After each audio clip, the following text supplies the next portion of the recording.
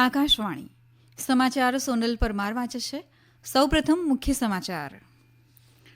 લોકસભા ચૂંટણીના ચોથા તબક્કા માટે 9 રાજ્યો અને 1 કેન્દ્ર શાસિત પ્રદેશની કુલ 96 બેઠકો પર મતદાન ચાલી રહ્યું છે. 11 વાગ્યા સુધીમાં સરેરાશ 24.87% મતદાન નોંધાયું. ખાનગી અખબારને આપેલા ઇન્ટરવ્યુમાં પ્રધાનમંત્રી નરેન્દ્ર મોદીએ કોંગ્રેસ સામે પ્રહાર કરતા દાવો કર્યો કે કોંગ્રેસે વિકાસ પર નહીં પરંતુ તૃષ્ટિકરણમાં વધારે રસ દાખવ્યો. લોકસભા ચૂંટણીના પ્રચાર અર્થે પ્રધાનમંત્રી મોદી બિહારમાં, રાહુલ ગાંધી અને પ્રિયંકા ગાંધી ઉત્તર પ્રદેશમાં કરી રહ્યા છે ચૂંટણી પ્રચાર. કેન્દ્રીય માધ્યમિક શિક્ષણ બોર્ડ સીબીએસઈનું ધોરણ 12નું 87.98% પરિણામ જાહેર. હવામાન વિભાગે દક્ષિણ ગુજરાત સહિત દેશના કેટલાક ભાગોમાં ગાજવીજ સાથે વરસાદની શક્યતા વ્યક્ત કરી. અને આઈપીએલમાં આજે ગુજરાત ટાઇટન્સ અને કોલકાતા નાઇટ રાઇડર્સ વચ્ચે મુકાબલો. સમાચાર વિગતવાર. લોકસભા ચૂંટણીના ચોથા તબક્કા માટે આજે સવારે 7 વાગ્યાથી શાંતિપૂર્ણ માહોલમાં મતદાન થઈ રહ્યું છે. આ તબક્કામાં 9 રાજ્યો અને 1 કેન્દ્ર શાસિત પ્રદેશની કુલ 96 બેઠકો માટે મતદાન થઈ રહ્યું છે, જેમાં આંધ્રપ્રદેશની 25, તેલંગાણાની 17, ઉત્તર પ્રદેશની 13, મહારાષ્ટ્રની 11, મધ્યપ્રદેશ અને પશ્ચિમ બંગાળની 8-8, બિહારની 5, ઝારખંડ અને ઓડિશાની 4-4 તેમજ જમ્મુ કાશ્મીરની 1 બેઠક પર મતદાન ચાલી રહ્યું છે. ચૂંટણી પંચના અહેવાલ અનુસાર 11 વાગ્યા સુધીમાં 24.87% મતદાન નોંધાયું છે, જેમાં સૌથી વધુ મતદાન પશ્ચિમ બંગાળમાં 32.78% રાજ્યમાં, જ્યારે કે સૌથી ઓછું મતદાન જમ્મુ કાશ્મીરમાં 14.94% નોંધાયું છે. રાજ્યવાર મતદાનની ટકાવારી વિશે વાત કરીએ તો આંધ્રપ્રદેશમાં 23.10%, બિહારમાં 22.54%, જમ્મુ કાશ્મીરમાં 14.94%, ઝારખંડમાં 27.40%, મધ્યપ્રદેશમાં 32.38%, મહારાષ્ટ્રમાં 17.51%, ઓડિશામાં 2.28%, જ્યારે તેલંગાણામાં 24.31%, ઉત્તર પ્રદેશમાં 27.12% અને પશ્ચિમ બંગાળમાં 32.78% મતદાન નોંધાયું છે. ચૂંટણી પંચે મતદારોની ભાગીદારીને વધારવા માટે તેલંગાણાના 17 સંસદીય મત વિસ્તારોના કેટલાક કેન્દ્રોમાં મતદાનનો સમય વધારી દીધો છે. આ તબક્કામાં 17.70 કરોડ મતદારો પોતાના મતાધિકારનો ઉપયોગ કરી રહ્યા છે. લોકસભા ચૂંટણીના ચોથા તબક્કા માટે કુલ 717 ઉમેદવારો મેદાનમાં છે.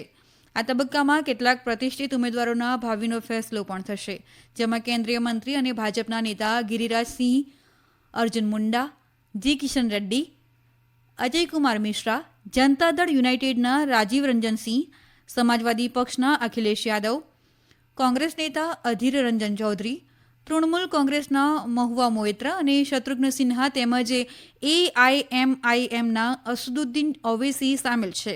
આ તબક્કા માટે આંધ્રપ્રદેશની 175 અને ઓડિશાની 28 વિધાનસભા બેઠકો માટે પણ મતદાન થઈ રહ્યું છે. 11 વાગ્યા સુધીમાં આંધ્રપ્રદેશની વિધાનસભા બેઠકો પર 23% મતદાન નોંધાયું છે. મધ્યપ્રદેશમાં આદિવાસી પ્રભુત્વ ધરાવતા માલવા નિમાર ક્ષેત્રમાં 8 બેઠકો પર આજે મતદાન થઈ રહ્યું છે. આ બેઠકો પર 50 લાખથી વધુ આદિવાસી મતો નિર્ણાયક ભૂમિકા ભજવી શકે છે. અમારા સંવાદદાતા અહેવાલ આપે છે કે મધ્યપ્રદેશમાં ચોથા તબક્કાની 8 લોકસભા બેઠકો પર ઇન્દોર, ધાર, રતલામ, ખંડવા, ઉજ્જૈન, મંદસૌર, ખરગોન અને દેવાસમાં 79 ઉમેદવારો મેદાનમાં છે.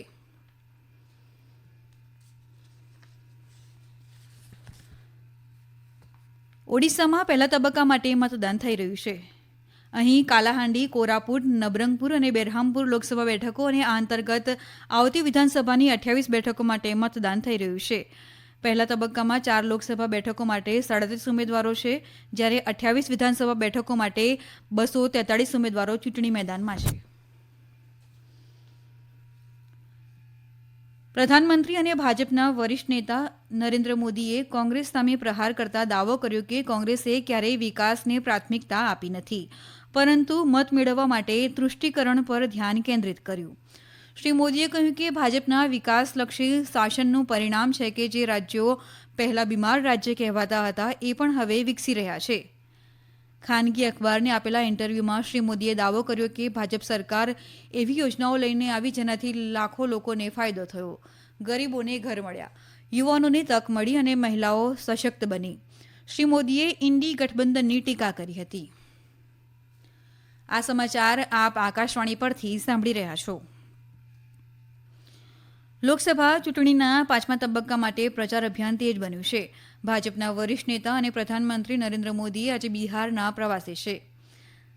સવારે તેમણે પટણા ગુરુદ્વારા સાહિબમાં શીશ ઝુકાવ્યું હતું. શ્રી મોદીએ અહીં રસોડામાં ભોજન પકવ્યું અને લંગરમાં શ્રદ્ધાળુઓને ભોજન પીરસ્યું હતું. હાજીપુર બેઠક પર ચૂંટણી પ્રચાર કરતા શ્રી મોદીએ રાષ્ટ્રીય જનતા દળ અને કોંગ્રેસ સામે પ્રહાર કર્યા. તેમણે કહ્યું કે આરજેડી અને કોંગ્રેસમાં બિહારને આગળ લઈ જવાની ઈચ્છાની શક્તિનો અભાવ છે. શ્રી મોદીએ લોક જનશક્તિ પાર્ટીના અધ્યક્ષ ચિરાગ પાસવાનના સમર્થનમાં હાજીપુરના લોકોને મતદાનની અપીલ કરી હતી. ચિરાગ પાસવાન તેમના સ્વર્ગસ્થ પિતા રામવિલાસ પાસવાનની પરંપરાગત બેઠક પર ચૂંટણી લડી રહ્યા છે, જ્યારે આરજેડીએ હાજીપુર સીટ પરથી પૂર્વ રાજ્યમંત્રી શિવચંદ્ર રામને મેદાનમાં ઉતાર્યા છે. શ્રી મોદીએ આજે બપોરે એનડીએ ઉમેદવારોના સમર્થનમાં મુઝફ્ફરપુરમાં સભા સંબોધી હતી, જે બાદ તેઓ છપરામાં જાહેર સભા સંબોધશે. તેઓ મોડી સાંજે ઉત્તર પ્રદેશના વારાણસીમાં રોડ શો કરવાના છે. ભાજપના વરિષ્ઠ નેતા અને કેન્દ્રીય ગૃહમંત્રી અમિત શાહ આજે મહારાષ્ટ્રમાં ધુલે અને પાલઘર જિલ્લામાં ચૂંટણી પ્રચાર કરી રહ્યા છે. ધુલેમાં શ્રી શાહ ભાજપના ઉમેદવાર સુભાષ ભામરે તો પાલઘરમાં ભાજપના ઉમેદવાર ડોક્ટર હેમંત સાવરાના સમર્થનમાં પ્રચાર કરશે.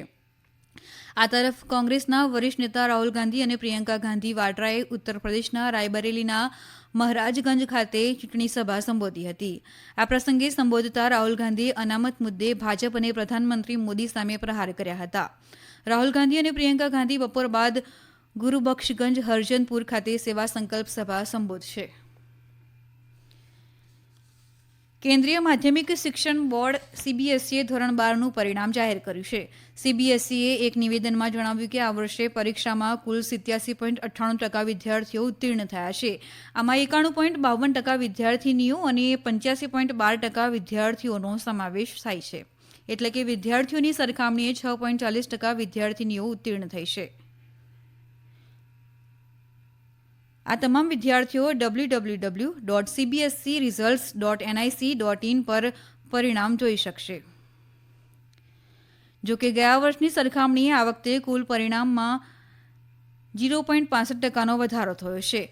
તો આ વર્ષે 24,068 વિદ્યાર્થીઓએ 95% અને 1,16,145 વિદ્યાર્થીઓએ 90% પ્રાપ્ત કર્યા છે. સાથે જ સૌથી વધુ 99.91% વિદ્યાર્થીઓ ત્રિવેન્દ્રમ ઝોનમાં ઉત્તીર્ણ થયા છે. હવામાન વિભાગે દક્ષિણ ગુજરાતના કેટલાક વિસ્તારોમાં વરસાદની શક્યતા વ્યક્ત કરી છે. ઉપરાંત આગામી 3-4 દિવસમાં દેશના પૂર્વીય, મધ્ય અને દક્ષિણ ભાગોમાં ગાજવીજ સાથે વરસાદ પડી શકે છે. જમ્મુ કાશ્મીર, લદ્દાખ, ગિલગિટ, બાલ્ટિસ્તાન, મુઝફ્ફરાબાદ, હિમાચલ પ્રદેશ અને ઉત્તરાખંડના કેટલાક ભાગોમાં આવતીકાલે તેમજ રાજસ્થાનમાં 16 તારીખ સુધી ગાજવીજ સાથે હળવો વરસાદ વરસી શકે છે. ઉત્તર પ્રદેશ અને દક્ષિણ રાજસ્થાનના કેટલાક ભાગોમાં 40 કિલોમીટર પ્રતિ કલાકની ઝડપે પવન સાથે છૂટોછવાયો વરસાદ વરસી શકે છે. રાજધાની દિલ્હીમાં આજે હવામાન સૂકું રહેશે, જો કે ક્યાંક ક્યાંક વરસાદ ઝાપટા પડી શકે છે. આઈપીએલમાં અમદાવાદના નરેન્દ્ર મોદી સ્ટેડિયમ ખાતે આજે ગુજરાત ટાઇટન્સ અને કોલકાતા નાઇટ રાઇડર્સ વચ્ચે મેચ રમાશે. મેચ સાંજે 7:30 વાગે શરૂ થશે. કોલકાતા પ્લે ઓફમાં સ્થાન મેળવી ચૂકી છે, જ્યારે ગુજરાત પ્લે ઓફમાં સ્થાન મેળવવા જીતના લક્ષ્ય સાથે રમતમાં ઉતરશે. ઉત્તર પ્રદેશના લખનૌમાં આજે આંતરરાષ્ટ્રીય ટેનિસ સંસ્થા સ્પર્ધા જુનિયર 30નું ઉદઘાટન કરવામાં આવ્યું. ઉત્તર પ્રદેશ એડીજી ટ્રાફિક બીડી પોલ્સન મુખ્ય અતિથિ તરીકે આ કાર્યક્રમમાં ઉપસ્થિત રહ્યા હતા. અંતમાં મુખ્ય સમાચાર ફરી એકવાર. લોકસભા ચૂંટણીના ચોથા તબક્કા માટે 9 રાજ્યો અને 1 કેન્દ્રશાસિત પ્રદેશની કુલ 96 બેઠકો પર મતદાન ચાલી રહ્યું છે. 11 વાગ્યા સુધીમાં સરેરાશ 24.87% મતદાન નોંધાયું. ખાનગી અખબારને આપેલા ઇન્ટરવ્યુમાં પ્રધાનમંત્રી નરેન્દ્ર મોદીએ કોંગ્રેસ સામે પ્રહાર કરતા દાવો કર્યો કે કોંગ્રેસે વિકાસ પર નહીં પરંતુ તૃષ્ટિકરણમાં વધારે રસ દાખવ્યો. લોકસભા ચૂંટણીના પ્રચાર અર્થે પ્રધાનમંત્રી મોદી બિહારમાં, રાહુલ ગાંધી અને પ્રિયંકા ગાંધી ઉત્તર પ્રદેશમાં કરી રહ્યા છે ચૂંટણી પ્રચાર. કેન્દ્રીય માધ્યમિક શિક્ષણ બોર્ડ સીબીએસઈનું ધોરણ 12નું 87.98% પરિણામ જાહેર. સમાચાર પૂરા થયા.